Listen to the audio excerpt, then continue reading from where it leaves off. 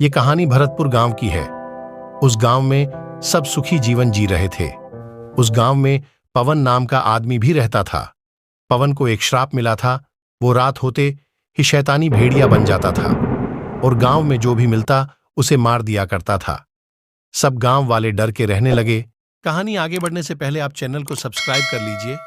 और भेड़िया जैसे ही सुबह होती पवन के रूप में आ जाता था और उसने रात को क्या क्या किया उसे कुछ याद नहीं रहता। सुबह होते ही वो एक आम इंसान की तरह बर्ताव करता। किसी को भी पवन पे शक नहीं था। सब सोचते हुए जंगल में से आता है। एक दिन अमावस्या की रात आती है और पवन अपने घर में सोया था और जैसे ही रात 12 बजते हैं पवन भेड़िया बन जाता है। फिर शिकार के लिए निकलता है। उसी गांव में एक रंजीत नाम का एक बहादुर आदमी भी रहता था। जब भेड़िया अपना शिकार ढूंढ रहा था तब रंजीत उसका छुप के पीछा कर रहा था और पूरी रात घूमने के बाद कोई नहीं मिला भेड़िए को। फिर भेड़िया अपने घर आके पवन के रूप में आता है और रंजीत उसे देख लेता है और हैरान हो जाता है और मन ही मन बोलता है, ये तो पवन है। रंजीत सब गांव वालों को जाके बताता है, भेड़िया और कोई नहीं अपने गांव में रहने वाला पवन है। सब गांव वाले हैरान हो जाते हैं और रंजीत को पूछते हैं कि तुम्हें कैसे पता पवन ही भेड़िया है।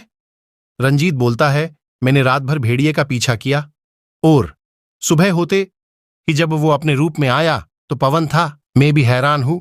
सब गांव वाले पवन के पास जाते हैं और पवन को पूछते हैं, पवन बेटा ऐसी कौन सी नौबत आ गई थी जो तुम भेड़िए बन के गांव के लोगों को मार रहे हो।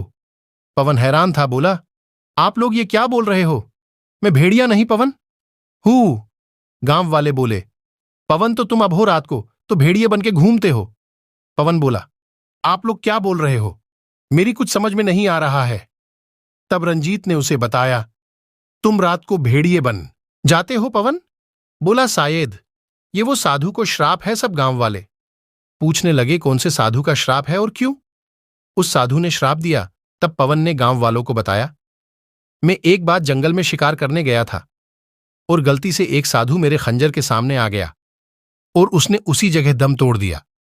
मरते मरते उसने मुझे कहा, मैं तुम्हें श्राप देता हूं, तुम हर रोज रात को भेड़िए बनोगे और डेली किसी ना किसी को मारोगे और ये राज एक दिन सबको पता चलेगा कि तुम भेड़िए हो।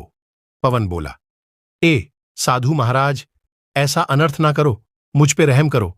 पवन जोर जोर से रोने लगता है और आखिरी वक्त में साधु को पवन पे दया आ जाती है और पवन को कहता है, मैं मेरा दिया हुआ श्राप तो वापस नहीं ले सकता लेकिन उसे बचने का उपाय बताता हूं।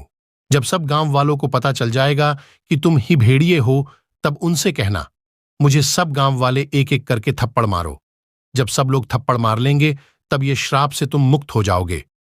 पवन की ये बात सुन के गांव वाले थप्पड़ मारना चालू कर देते हैं और इस तरह पवन श्राप मुक्त हो जाता है। एक बार फिर से सब गांव वाले हंसी खुशी से रहने लगे।